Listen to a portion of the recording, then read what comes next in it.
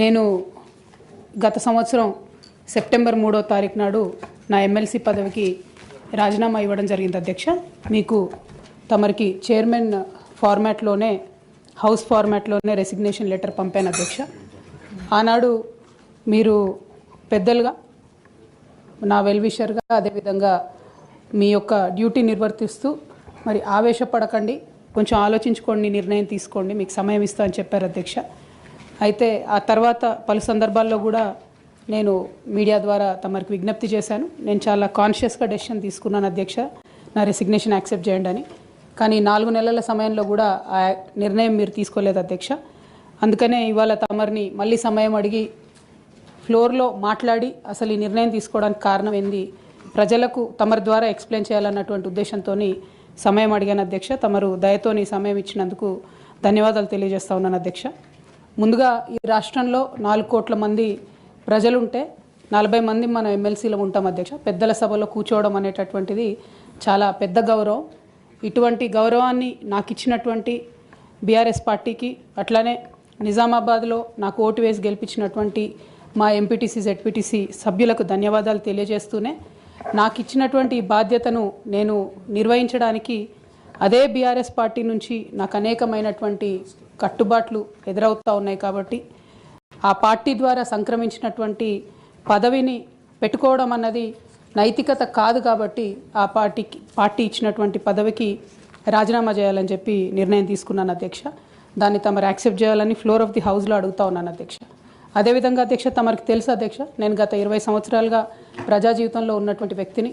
తెలంగాణ ఉద్యమ సందర్భంలో అనేక మంది కేసీఆర్ గారి నాయకత్వం పట్ల, ప్రొఫెసర్ జయశంకర్ గారి నాయకత్వం పట్ల ఇన్స్పైర్ అయ్యి ఎంతోమంది ఉద్యమంలోకి వచ్చినటువంటి వ్యక్తుల్లో నేను ఒకదానిగా ఆనాడు 2006లో ఉద్యమంలోకి వచ్చాను అధ్యక్ష. 2006లో నేను ఉద్యమానికి వచ్చేటప్పటికే బీఆర్ఎస్ పార్టీ పొలిటికల్గా ఒక శక్తిగా ఎదిగింది అధ్యక్ష. ఆనాటికే యూనియన్ క్యాబినెట్ మినిస్టర్గా కేసీఆర్ గారు కూడా ఉన్నారు. అయినప్పటికీ నేను బీఆర్ఎస్ పార్టీలోకి రాకుండా ఇండిపెండెంట్గా తెలంగాణ జాగృతి అనేటటువంటి సంస్థను స్థాపించి ఆ సంస్థ ద్వారా తెలంగాణ ఉద్యమంలో ఎక్కడైతే గ్యాప్ ఉందో ఆ గ్యాప్ని ఫుల్ఫిల్ చేయడానికి, ముఖ్యంగా మహిళా లోకాన్ని తెలంగాణ ఉద్యమంలోకి తీసుకురావడానికి, యువమిత్రుల్ని తెలంగాణ ఉద్యమంలోకి తీసుకురావడానికి అనేక కార్యక్రమాలు చేపట్టడం జరిగింది అధ్యక్ష. అందులో ప్రధానంగా ఏదైతే మన సంస్కృతి గురించి అనేకమైనటువంటి చిన్నచూపు చూసేటటువంటి పరిస్థితి ఉన్నటువంటి సందర్భంలో మన బతుకమ్మ మన గౌరవం అని చెప్పి బతుకమ్మ పండుగను ముందుకు తీసుకెళ్ళి నేను ఊరూరా తిరుగుతూ మరి బతుకమ్మ పండుగ మన ఆత్మగౌరవానికి ప్రతీక అని చాటి చెప్పేటటువంటి ప్రయత్నం చేశాను అధ్యక్ష. అదేవిధంగా మన చరిత్రకు సంబంధించి 3000 సంవత్సరాల తెలంగాణ చరిత్రను కూడా నేను ప్రత్యేకించి ఒక చారిత్రక బృందాన్ని కూడా పెట్టుకొని మరి పుస్తకాలను కూడా వెలువరించడం జరిగింది అధ్యక్ష. తెలంగాణలో ఉన్నటువంటి చారిత్రక కట్టడాలను పరిరక్షించడానికి, ఆ కట్టడాల చుట్టూ ఉన్నటువంటి చరిత్రను కూడా నేను నిక్షిప్తం చేయడానికి చేయని ప్రయత్నం అంటూ లేదు అధ్యక్ష. అట్లానే ప్రధాన స్రవంతి మీడియాలో, సినిమాల్లో మనకు జరుగుతున్నటువంటి అవమానం పట్ల ఆనాడు ఉమ్మడి రాష్ట్రంలో చాలా తీవ్రంగా కొట్లాడడం జరిగింది అధ్యక్ష. మన భాషను, మన యాసను ప్రొటెక్ట్ చేయడానికి నా వంతు ప్రయత్నం చేశాను అధ్యక్ష. అప్పటికే ఉమ్మడి రాష్ట్రంలో ఉన్నటువంటి పాఠ్య పుస్తకాల్లో కూడా మన తెలంగాణ మహనీయుల చరిత్ర లేకపోవడం, మన తెలంగాణ సాంస్కృతిక అంశాలు లేకపోవడం, మన తెలంగాణ భాష పట్ల వివక్ష ఉండడం పట్ల కూడా శ్రీకృష్ణ కమిటీకి ఆనాడు ఇచ్చినటువంటి రిపోర్ట్లో కూడా తెలంగాణ జాగృతి తరఫున మేము ఇవ్వడం జరిగింది అధ్యక్ష. శ్రీకృష్ణ కమిటీ ఇచ్చినటువంటి ఫైనల్ రిపోర్ట్లో కూడా ఆ వాస్తవాలని వాళ్ళంతా ఊటంకించడం జరిగింది అధ్యక్ష. ఇవన్నీ కూడా మరి తెలంగాణ ప్రజలు కూడా మర్చిపోరు అధ్యక్ష. ఇవన్నీ చేస్తూ వచ్చినాం. 8 సంవత్సరాలు ఒక ఇండిపెండెంట్ సంస్థగా మేము ఉన్నాం అధ్యక్ష. అదేవిధంగా సాంస్కృతిక పరమైన అంశాలే కాకుండా బాలికల విద్య పట్ల, ఆదివాసీల హక్కుల పట్ల, మన ప్రాంతంలో ఉన్నటువంటి పరిశ్రమల్లో మన ప్రాంత ఉద్యోగులకే, మన ప్రాంత యువకులకే ఉద్యోగాలు దక్కాలనేటటువంటి అంశాల పట్ల కూడా ఆనాడు మేము పోరాటం చేయడం జరిగింది అధ్యక్ష. 2004లో నేను వాస్తవానికి అప్పటికే అమెరికాలో ఉద్యోగాలు చేస్తూ ఉన్నాం అధ్యక్ష. 2004 ఆగస్టులో నేను నా పర్సనల్ రీజన్స్ కోసము భారతదేశానికి వచ్చాను అధ్యక్ష. కానీ ఆ తర్వాత 2006లో ఎప్పుడైతే కేసీఆర్ గారు యూనియన్ మినిస్టర్ పదవికి రిజిగ్నేషన్ చేశారో అనేక మంది యువకులు తమ ఉద్యోగాలను వదులుకొని ఉద్యమంలోకి వచ్చారు అధ్యక్ష. వారితో పాటే నేను కూడా ఉద్యమంలోకి వచ్చాను అధ్యక్ష. వేలాది మందిని వారు ఇన్స్పైర్ చేసినట్టే నన్ను కూడా ఇన్స్పైర్ చేశారు అధ్యక్ష.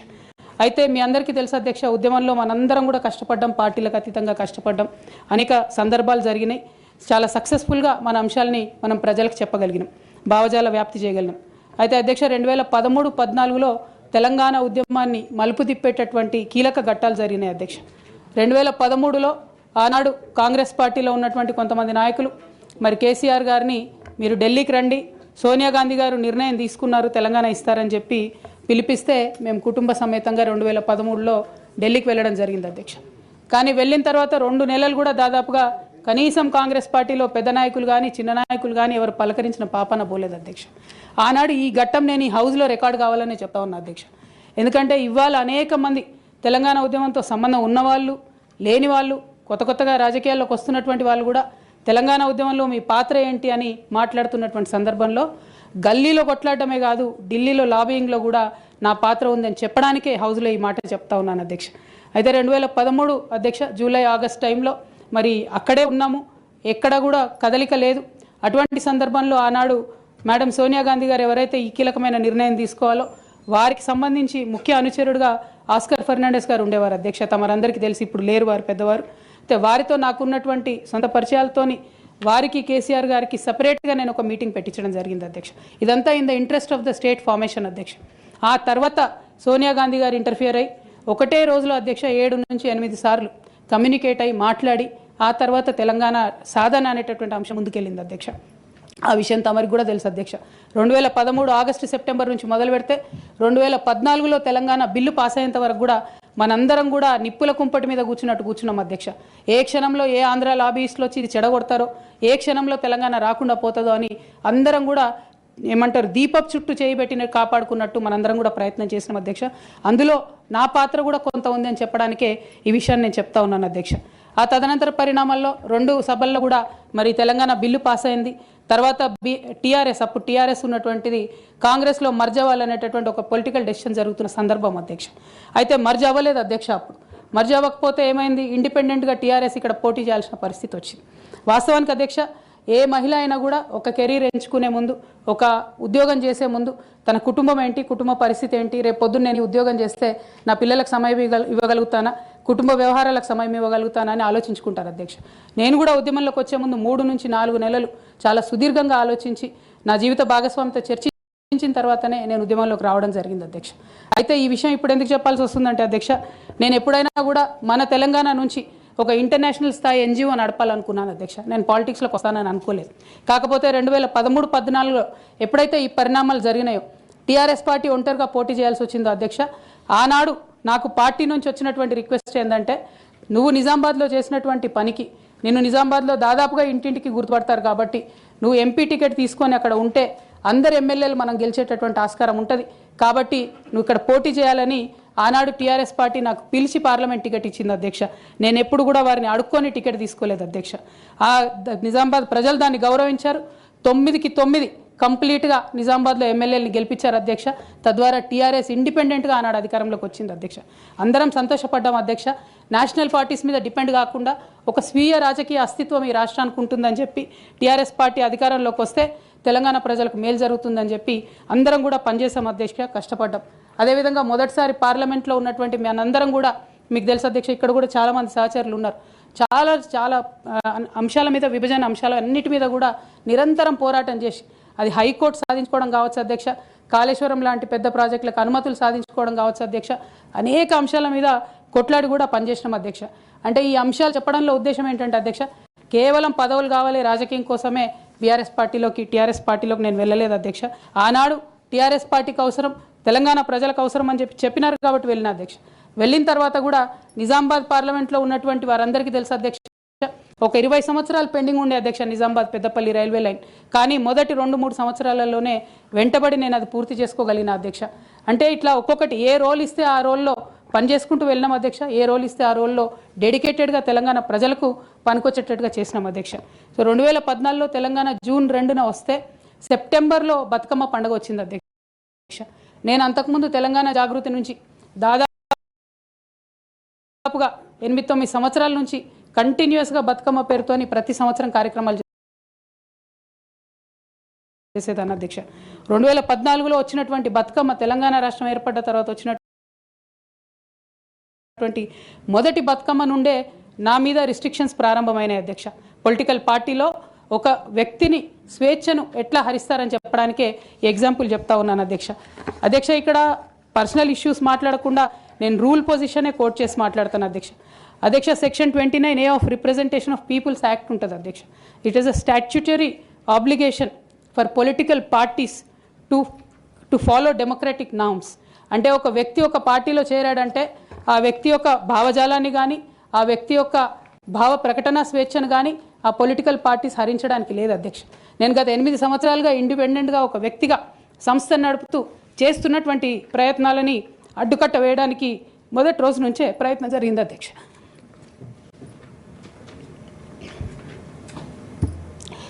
కానీ ఎక్కడ కూడా నేను తెలంగాణ బిడ్డలని తెలంగాణ ప్రజల్ని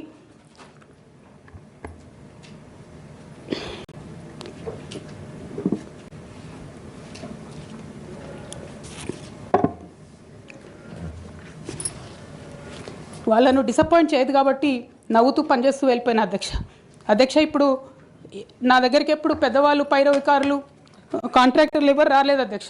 నేను ఎప్పుడు కూడా పేద ప్రజల మధ్యలోనే ఉండి పనిచేస్తున్నాను అధ్యక్ష.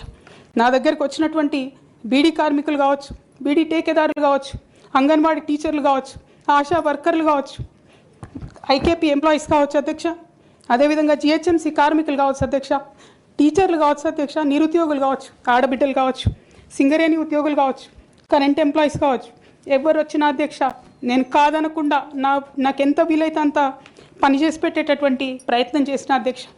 అయినా సరే అధ్యక్ష, పార్టీ మౌత్ పీసులుగా ఉండేటటువంటి పార్టీ పేపర్లు, పార్టీ ఛానళ్ళు ఏ ఒక్కరు కూడా ఎన్నడూ కూడా మద్దతు ఇవ్వలేదు అధ్యక్ష. అయినా సరే ధైర్యం వదులుకోకుండా మొక్కువని ప్రయత్నంగా నేను ప్రయత్నం చేస్తూనే వెళ్ళాను అధ్యక్ష. తెలంగాణ రాకముందు, బీఆర్ఎస్ ప్రభుత్వం ఏర్పడకముందు ఒక మాట అనుకున్నాం అధ్యక్ష. కేసీఆర్ గారే పదే ఈ మాట చెప్పారు. ఉమ్మడి రాష్ట్రంలో మనకు కాంట్రాక్ట్ వ్యవస్థ వచ్చింది, మరి కాంట్రాక్ట్ ఎంప్లాయీస్తోని, అవుట్సోర్సింగ్ ఎంప్లాయీస్తోని దేశానికి నష్టం జరుగుతుంది, రాష్ట్రానికి నష్టం జరుగుతుంది, అందరికన్నా ఎక్కువ తెలంగాణ యువకులకు నష్టం జరుగుతుందని చెప్పారు అధ్యక్ష. ఆనాడు వారు సరదాగా ఒక మాట అనేవాళ్ళు, అందరికీ కాంట్రాక్ట్ పోస్ట్ ఉంది, మరి ముఖ్యమంత్రికి కూడా కాంట్రాక్ట్ పోస్ట్ ఉంటుందా అని చెప్పి ప్రశ్నించేవారు అధ్యక్ష. కానీ తెలంగాణ వచ్చిన తర్వాత 10 ఏళ్లలో కూడా కాంట్రాక్ట్ వ్యవస్థను మనం రద్దు చేసుకోలేకపోయినాం అధ్యక్ష. అది కాకుండా అవుట్సోర్సింగ్ ఎంప్లాయీస్, అవుట్సోర్సింగ్ వ్యవస్థను పెంచి పోసిపోయినాం అధ్యక్ష. బాధతో, చాలా ఆవేదనతో నేను ఈ మాటలు చెప్తా ఉన్నా అధ్యక్ష. తెలంగాణ సమాజానికి ఏదైతే ప్రశ్నించడం నేర్పించినటువంటి బీఆర్ఎస్ పార్టీ అధ్యక్ష, అంతర్గత వేదికలలో అనేక సందర్భాలలో నేను ప్రశ్నిస్తే అధ్యక్ష నా మీద కక్ష కట్టారు అధ్యక్ష. కేసీఆర్ గారు చుట్టూన్నటువంటి కొందరు వ్యక్తులు, తప్పక చెప్తున్నాను అధ్యక్ష ఈ మాట, ఎందుకంటే భారతదేశ రాజ్యాంగం ప్రకారం రాజకీయ పార్టీలు ఏవైనా కూడా ప్రజలకు ఒక దిక్సూచిగా నిలవాలి అధ్యక్ష, ప్రజలకు ఒక దారిదీపంగా నిలవాలి.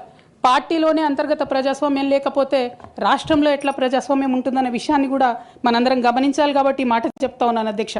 మరి కక్షగట్టి నన్ను ప్రశ్నించినందుకు పార్టీ నుండి బయటకు పంపించారని చెప్పక తప్పదు అధ్యక్ష. మొదటి సంవత్సరం నుంచే రాష్ట్ర స్థాయి నిర్ణయాలలో ఎక్కడ కూడా నా పాత్ర లేకుండా కట్టుబడి చేసినారు అధ్యక్ష. ఇవాళ ఆనాడు బాధపడ్డా, ఇవాళ నేను సంతోషపడతా ఉన్నా అధ్యక్ష. ఎందుకంటే అధ్యక్ష, ధర్నా చౌక్ రద్దు చేయడం అనేటటువంటిది ప్రజాస్వామిక హక్కుల్ని కాలరాయడంలో మొదటి మెత్త అధ్యక్ష. ఆనాడు ఇంటర్నల్గా ఎంత ప్రొటెస్ట్ చేసినా కూడా రాష్ట్రం వచ్చింది, ఇప్పుడు ధర్నాలు ఎందుకు, దరఖాస్తులు లేవు, ధర్నాలు లేవు, అన్ని పనులు చేసి పెడతామని చెప్పుకుంటూ వెళ్ళడం జరిగింది అధ్యక్ష. అట్లానే రైతులకు జరిగినటువంటి అక్రమ అరెస్టులు అధ్యక్ష, ఇవాళ ఒక్కొక్క దగ్గర నుంచి రైతులు మాట్లాడుతూ ఉంటే బాధ తట్టుకోలేకపోతున్నాం అధ్యక్ష. అదేవిధంగా పార్టీలో జరుగుతున్నటువంటి అవినీతి అధ్యక్ష, ప్రభుత్వంలో జరుగుతున్నటువంటి అవినీతిని ఎప్పటికప్పుడు నేను వారి దృష్టికి తీసుకెళ్లడం జరిగింది అధ్యక్ష. అమరజ్యోతి నుంచి మొదలు పెట్టుకుంటే అధ్యక్ష, అంబేద్కర్ విగ్రహం దగ్గర నుంచి మొదలు పెట్టుకుంటే అధ్యక్ష, సెక్రటేరియట్ నుంచి మొదలు పెట్టుకుంటే అధ్యక్ష, కలెక్టరేట్లలో కూడా తీరని అవినీతి జరిగిన మాట ముమ్మాటికి వాస్తవం అధ్యక్ష. దీనికి పెద్ద ఉదాహరణలు సిద్దిపేట, సిరిసిల్లలో కట్టినటువంటి కలెక్టరేట్లు 2 వచ్చినటువంటి మొదటి వర్షానికే 2 కూడా మునిగిపోయినాయి అధ్యక్ష. ఆ విజువల్స్ అందరం కూడా మనం చూడడం జరిగింది. ఇక సిద్దిపేటలో, సిరిసిల్లలో కట్టిన కలెక్టరేట్లకే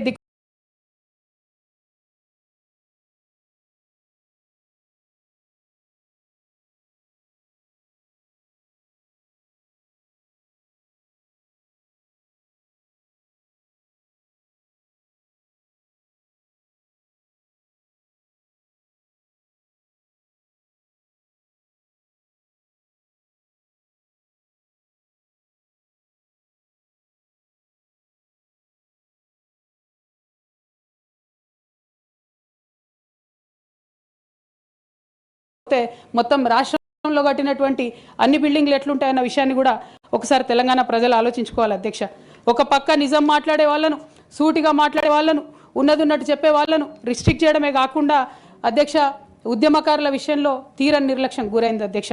అనేక సందర్భాల్లో నేను పార్టీ నాయకులని, పెద్ద నాయకులను కూడా అనేక సందర్భాల్లో అడిగిన అధ్యక్ష. వేరే విధంగా సహకరించకపోతే, వేరే విధంగా వాళ్ళకి హెల్ప్ చేయలేకపోతే కనీసం సీఎం రిలీఫ్ ఫండ్ కింద మనిషికి 10 లక్షలు ఇద్దాం, ఎక్కడోళ్ళు అక్కడ సెటిల్ అయిపోతారు అధ్యక్ష అని కూడా అడిగినాం అధ్యక్ష. అది కూడా చేయలేదు. 43 లక్షల మందికి పెన్షన్లు ఇస్తున్నామని గర్వంగా మనం చెప్పుకుంటున్నాం. ఉద్యమకారులు కాన్స్టిట్యున్సీకి 1000 మంది కూడా ఉండరు. ఆ 1000 మందిని పట్టుకుంటే ఇంకో 1,00,000 మందికి ఎక్కువైతుంది. వాళ్ళకు పెన్షన్ ఇస్తే లాగా ఉంటుంది, గౌరవంగా ఉంటుందని అనేక సందర్భాల్లో చెప్పినాం అధ్యక్ష. అది కూడా 69లో పనిచేసినటువంటి ఉద్యమకారులు వాళ్ళ స్ఫూర్తిని తీసుకొనే మనం ముందుకెళ్ళినామని చెప్పి మనం చెప్పుకున్నాం అధ్యక్ష. కానీ వారిని కూడా ఎన్నడూ కూడా గుర్తించలేకపోయినాం అధ్యక్ష. అదేవిధంగా విద్య విషయంలో అధ్యక్ష మన మెయిన్ ట్యాగ్ లైన్ నీళ్లు, నిధులు, నియామకాలు అనేటటువంటి మన మెయిన్ ట్యాగ్ లైన్ ఏదైతే ఉంటుందో అధ్యక్ష, అన్నిటినీ కూడా గండుగొట్టుకుంటూ పోయినాం అధ్యక్ష. విద్య విషయంలో, నియామకాల విషయంలో, అన్ని విషయాల్లో అదే జరిగింది అధ్యక్ష. అదేవిధంగా కొందరు ప్రజాప్రతినిధులు చేస్తున్నటువంటి దురాగతాలని కూడా ఎప్పటికప్పుడు నేను అధిష్టానానికి చేరవేసిన అధ్యక్ష. దాని మీద ఎటువంటి చర్యలు లేవు అధ్యక్ష. దానికి ప్రత్యక్ష నిదర్శనం ఇసుక దందాల్లో చేసినటువంటి అక్రమాలతోని నేరేళ్ల లాంటి దురాగతాలు జరిగినాయి అధ్యక్ష. దళిత బిడ్డల మధ్యలో అనవసరంగా బలైపోయినారు అధ్యక్ష. కానీ దాని మీద కూడా ఎటువంటి చర్యలు తీసుకోకపోవడం, అది అప్పుడు బీఆర్ఎస్ ప్రభుత్వం తీసుకోకపోవడం, ఇప్పుడు కాంగ్రెస్ ప్రభుత్వం చర్యలు తీసుకోకపోవడం కూడా చాలా దారుణం అధ్యక్ష. బోధన్ షుగర్ ఫ్యాక్టరీ అధ్యక్ష, నా ప్రాంతం అధ్యక్ష, నా బోధన్ మా అత్తగారిల్లు. ఒక 10 ఏళ్లలో కనీసం ఒక 100 సార్లు అడుగుంటాం అధ్యక్ష బోధన్ షుగర్ ఫ్యాక్టరీని తెప్పియాలని చెప్పి. బోధన్ షుగర్ ఫ్యాక్టరీ విషయంలో చేసినటువంటి నిర్లక్ష్యానికి మాత్రం నేను పర్సనల్గా చాలా అవమానంగా ఫీల్ అయిన అధ్యక్ష. అయినప్పటికీ ఇప్పటికి కూడా బోధన్ షుగర్ ఫ్యాక్టరీ తెరచకపోవడం, తెలంగాణ వచ్చి కూడా మా బోధన్ బిడ్డలకు న్యాయం జరగలేదన్న విషయం అర్థమవుతా ఉంది అధ్యక్ష. అదేవిధంగా అధ్యక్ష కేసీఆర్ గారి దగ్గర మాట్లాడే ధైర్యం నాకు ఒక్కదానికే ఉంది కాబట్టి అధ్యక్ష ఈ అన్ని అంశాలు నేను ఎప్పటికప్పుడు అడుగుతూ వెళ్ళినా అధ్యక్ష. సరే పర్సనల్గా వారు నాకు తండ్రి, పార్టీ అధ్యక్షులు, ఒక 2 విషయాలు చేసినా ఒక 2 విషయాలు చేయకపోయినా నడుస్తుంటుంది పార్టీ అన్నప్పుడు, ఇంత పెద్ద వ్యవస్థ ఉంటే అనుకోవచ్చు అధ్యక్ష. కానీ కింద ఉండేటటువంటి అనేక వ్యక్తులు కంటిన్యూస్గా దురాకతలు చేస్తుంటే కూడా మరి చూసుకోకపోతే కరెక్ట్ కాదు అధ్యక్ష. అదేవిధంగా టీఆర్ఎస్ నుండి బీఆర్ఎస్గా మారుస్తామనేటటువంటి ఒక కీలకమైన నిర్ణయం తీసుకోవడం జరిగింది అధ్యక్ష. ఆనాడు కూడా ఆ మీటింగ్ నేను అటెండ్ అవ్వలేదు అధ్యక్ష. నేను ఒప్పుకోలేదు, ఈ పేరు మార్పుకు ఒప్పుకోలేదు, నేషనల్ పాలిటిక్స్లోకి వెళ్ళడం కూడా నేను ఒప్పుకోలేదు అధ్యక్ష. అంటే ఒక మాట అధ్యక్ష, ఇట్లాంటి హౌస్లో చెప్పొచ్చో లేదో కానీ తెలంగాణలో ఏం పీక్ కట్టలు కట్టినామని నేషనల్కి పోయి చేస్తాం అధ్యక్ష. మనం ఎన్ని పనులు మిగిలినాయి అధ్యక్ష తెలంగాణలో చేయాల్సినాయి? 2 పెద్ద రివర్స్లో, ఒక పక్క గోదావరి, ఇంకో పక్క కృష్ణ, 1,89,000 కోట్లు ఖర్చు పెట్టినాం అధ్యక్ష. కొత్తగా ఇచ్చిన ఆయకట్టు ఎంత అంటే 14 లక్షల ఎకరాలు అధ్యక్ష. 1,89,000 కోట్లు అంటే ఎంత అధ్యక్ష? 1,00,000 కోట్లు ఖర్చు పెడితే 20 లక్షల మంది పేద ప్రజలకు ఇంటికి 5 లక్షలు వేసుకున్నా 20 లక్షల మందికి పేద ప్రజలకు ఇల్లు ఇవ్వచ్చు అధ్యక్ష మనం. కానీ 1,89,000 ఖర్చు పెడితే అధ్యక్ష జరిగింది ఎవరికి, ఒరిగింది ఎవరికంటే ఒక వ్యక్తి 1989లో కంపెనీ పెట్టుకున్న ఆయన మన తెలంగాణ వచ్చిన తర్వాత ఫోర్బ్స్ జాబితా ఉంటుంది అధ్యక్ష.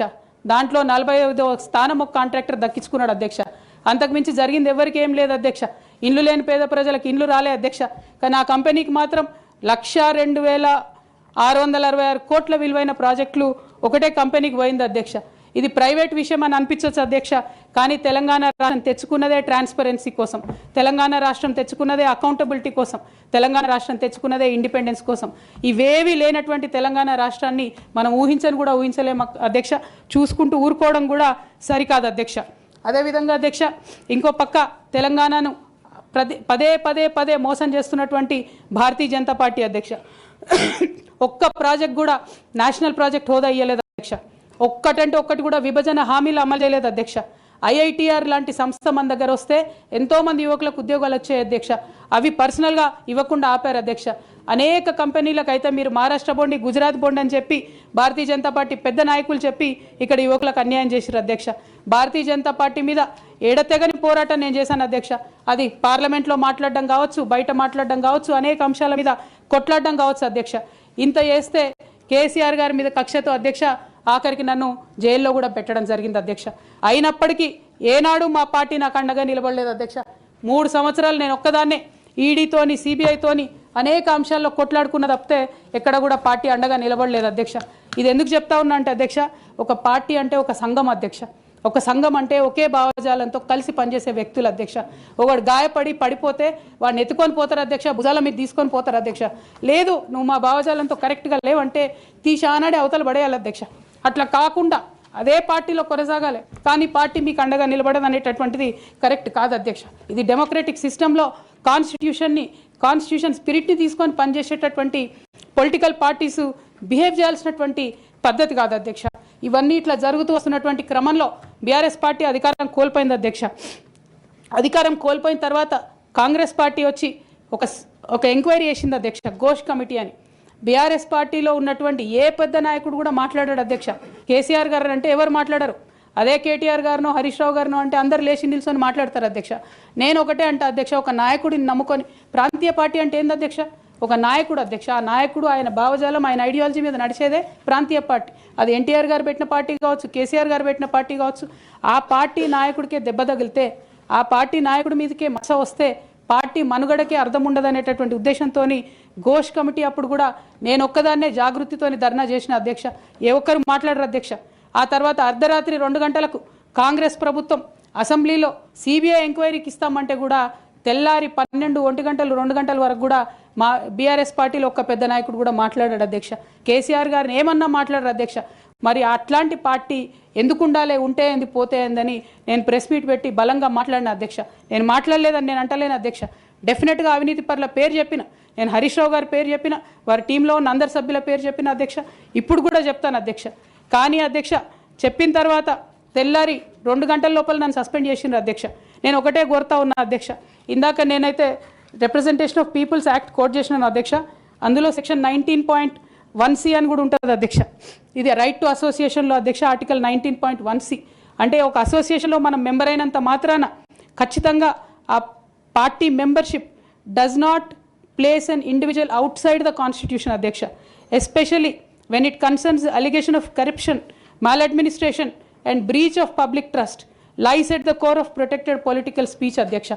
Political speech has to be protected by Constitution of India adhyaksha. అదే విధంగా అధ్యక్ష డిసిప్లినరీ యాక్షన్ కమిటీ అన్నారు అధ్యక్ష. అధ్యక్ష అసలు బీఆర్ఎస్ పార్టీ కాన్స్టిట్యూషన్ అధ్యక్ష ఒక నేషనల్ లెవెల్లో పనిచేయాలనుకునే పార్టీది 8 పేజీల కాన్స్టిట్యూషన్ అధ్యక్ష. అధ్యక్ష నిజంగా ఇవాళ నేను ధైర్యంగా చెప్తా ఉన్నా, ఆ constitution of BRS party is a joke అధ్యక్ష. ఏమి ఉండదు అందులో. అసలు పోయిన కమిటీ ఎప్పుడు వేసిర్రంటే ఎవరికి కూడా గుర్తుండదు అధ్యక్ష. నన్ను సస్పెండ్ చేసే ముందు డిసిప్లినరీ యాక్షన్ కమిటీ అని సడన్గా రాత్రికి రాత్రి పుట్టుకొచ్చింది అధ్యక్ష. పుట్టుకొచ్చి నన్ను సస్పెండ్ చేశారు అధ్యక్ష. కనీసం నన్ను పిలవాలా, కనీసం షోకాజ్ నోటీస్ ఇవ్వాలా, పోనీ ఇవ్వలేదు. ఎమర్జెన్సీ పవర్స్ వాడి అధ్యక్షుల వారే సస్పెండ్ చేశారు అనుకుంటే తర్వాత కనీసం ఫైనాలిటీ ఆఫ్ ది ఆర్డర్ కోసం అధ్యక్ష అపిలేట్ రూట్ తీసుకుంటే కనీసం తర్వాత ఎక్స్ప్లెనేషన్ అడగాలి అధ్యక్ష. ఎటువంటి పద్ధతి లేదు అధ్యక్ష. ఒక పార్టీ నడిపే పద్ధతి డెఫినెట్గా ఇది కాదు అధ్యక్ష. అవసరం అనుకుంటే నేను లీగల్గా ఛాలెంజ్ చేయొచ్చు, కానీ నేను ఛాలెంజ్ చేయను అధ్యక్ష. ఎందుకంటే ఎటువంటి పద్ధతి లేనటువంటి బీఆర్ఎస్ పార్టీ నుండి, ఎటువంటి నైతికత లేనటువంటి బీఆర్ఎస్ పార్టీ నుండి దూరం అవుతున్నందుకు ఇవాళ నేను చాలా సంతోషిస్తున్నా అధ్యక్ష. నా కుటుంబం, నా పార్టీ, నా రక్తం, నా చెమట, నేను 20 సంవత్సరాలు తెలంగాణ ఉద్యమం కోసం నేను పడ్డటువంటి శ్రమ, నేను చేసినటువంటి కష్టం గుర్తించకుండా ఒక చిన్న ఉరి తీసేవాడిని కూడా అడుగుతారు అధ్యక్ష. ఈ దేశంలో అంత మంచి దేశం మనది, అయినా కూడా సస్పెండ్ చేశారంటే చాలా సంతోషిస్తున్నా అధ్యక్ష. ఇవాళ నేను వేరే ఏం లేదు. అయితే కాంగ్రెస్ పార్టీ అధ్యక్ష నా సస్పెన్షన్ని పొలిటికల్గా వాడుకోవాలని ఈ బీఆర్ఎస్ పార్టీలో వచ్చినటువంటి చీలికలను చాలా పెద్ద ఎత్తున వాళ్ళు ప్రమోట్ చేస్తూ ఉన్నారు అధ్యక్ష. ప్రత్యేకించి వారు నాపై చేస్తున్న ఆరోపణ అధ్యక్ష, ఇది ఆస్తుల పంచాయతీ, ఆత్మగౌరవం పంచాయతీ కాదని చెప్తా ఉన్నారు అధ్యక్ష. నేను ఇవాళ మీ ద్వారా తెలంగాణ ప్రజలకు చెప్పదలుచుకున్న అధ్యక్ష నాకు దైవభీతి ఎక్కువ అధ్యక్ష, దైవ భక్తురాలు నేను. లక్ష్మీ నరసింహస్వామి మా ఇంటి దేవుడు అధ్యక్ష. ఆ లక్ష్మీ నరసింహస్వామి మీద ప్రమాణం చేసి చెప్తా ఉన్నా అధ్యక్ష. ఒక మహిళగా నాకు 2 కొడుకులు ఉన్నారు అధ్యక్ష, వాళ్ళిద్దరి మీద ప్రమాణం చేసి చెప్తా ఉన్నాను, నాది ఆస్తుల పంచాయతీ కాదు అధ్యక్ష, నాది ఆత్మగౌరవం పంచాయతీ. నేను ఏ విషయమైనా, ఉద్యమకారుల విషయమైనా, బీసీల విషయమైనా, మహిళల విషయమైనా ఏదైనా నిలదీసి అడిగిన అధ్యక్ష, రేపు కూడా అడుగుతా అధ్యక్ష. అందులో ఎట్టి పరిస్థితులలో కాంప్రమైజ్ అయ్యే విషయమే లేదు అధ్యక్ష. ఈ సందర్భంగా తమరికి కూడా నేను ఒక మాట చెప్తా ఉన్నా అధ్యక్ష. మన రాష్ట్రంలో 17 లోక్సభ స్థానాలు ఉంటాయి అధ్యక్ష, ఒకటే ఒక ఉమెన్ ఎంపీ అధ్యక్ష. 119 అసెంబ్లీ సీట్లు ఉంటాయి అధ్యక్ష. అన్ని పార్టీలు కలిపి 8 మంది ఉన్నారు అధ్యక్ష మహిళలు. 40 మంది ఉన్న ఈ శాసన మండలిలో ముగ్గురం ఉన్నాం అధ్యక్ష, లేడీస్ మేము. ఇక నేను పోతే ఇద్దరే మిగులుతారు అధ్యక్ష. కానీ ఎంత అన్యాయం అంటే అధ్యక్ష, ఎంత చిన్న చూపు అంటే మహిళలు అంటే పొలిటికల్ పార్టీస్కైనా ఆఖరికి కౌన్సిల్ కూడా అధ్యక్ష. నేను నిన్న మొన్న ఫామ్స్ సైన్ చేస్తున్నా అధ్యక్ష, ఎక్కడా కూడా సభ్యురాలని లేదు అధ్యక్ష. ప్రతి చోట కూడా సభ్యుడనే ఉన్నది. తమరన్న దయచేసి మార్చాలి అధ్యక్ష. ఈ మొత్తం 4 కోట్ల మంది ప్రజల్లో అధ్యక్ష మహిళల యొక్క పర్సెంటేజ్ అధ్యక్ష మన రాష్ట్రంలో ఇంత అధ్యక్ష 0.00003% అధ్యక్ష. ఇది మాకుండే రాజకీయమైనటువంటి రిప్రజెంటేషన్ అధ్యక్ష. రాజకీయంగా ప్రజల మధ్యలో కానీ పార్టీల మధ్యలో కానీ మాకున్నటువంటి రిప్రజెంటేషన్తో మేము ఆడవాళ్ళ కష్టాలు ఎవరికి చెప్పాలి అధ్యక్ష? ఒకనాడు కేసీఆర్ గారు అన్నారు అధ్యక్ష, ఈ దేశ రాజ్యాంగాన్ని మార్చాలి, మహిళలకు సమాన హక్కులు కావాలని. నేను అడుగుతా ఉన్నా అధ్యక్ష, పార్టీలు రాజ్యాంగాలు మార్చుకోవాలి అధ్యక్ష. ఇవ్వండి మహిళలకు సీటు. మీరు ఎంకరేజ్ చేయకపోతే ఎవరు ఇస్తారు అధ్యక్ష? ఎందుకోసం ఇస్తారు? మనం రాణి రుద్రమదేవి గురించి ఇలా మాట్లాడుకుంటున్నామంటే డెఫినెట్గా ఆమె స్వతంత్ర సంగ్రామంలో ఉన్నప్పుడు అధ్యక్ష మొదలు కాంగ్రెస్ పార్టీలోనే ఉండే అధ్యక్ష. భగత్ సింగ్ కానీ సుభాష్ చంద్రబోస్ కానీ ఇట్లాంటి వాళ్ళందరూ. కానీ తర్వాత వాళ్ళ ఫిలాసఫీ వెతుక్కొని వాళ్ళ దారి వాళ్ళు వెతుక్కొని పోయినారు అధ్యక్ష. పార్టీలు వేరైనంత మాత్రాన, దారులు వేరైనంత మాత్రాన అధ్యక్ష లక్ష్యం ఒకటే కాదని కాదు అధ్యక్ష. నా లక్ష్యం ఎప్పటికైనా ఒకటే అధ్యక్ష, తెలంగాణ బాగుండాలి, తెలంగాణ ప్రజలు బాగుండాలి, వాళ్ళ కోసం పనిచేయాలి అధ్యక్ష. దానికోసం నేను ఖచ్చితంగా పనిచేస్తూనే ఉంటాను అధ్యక్ష. అదేవిధంగా అధ్యక్ష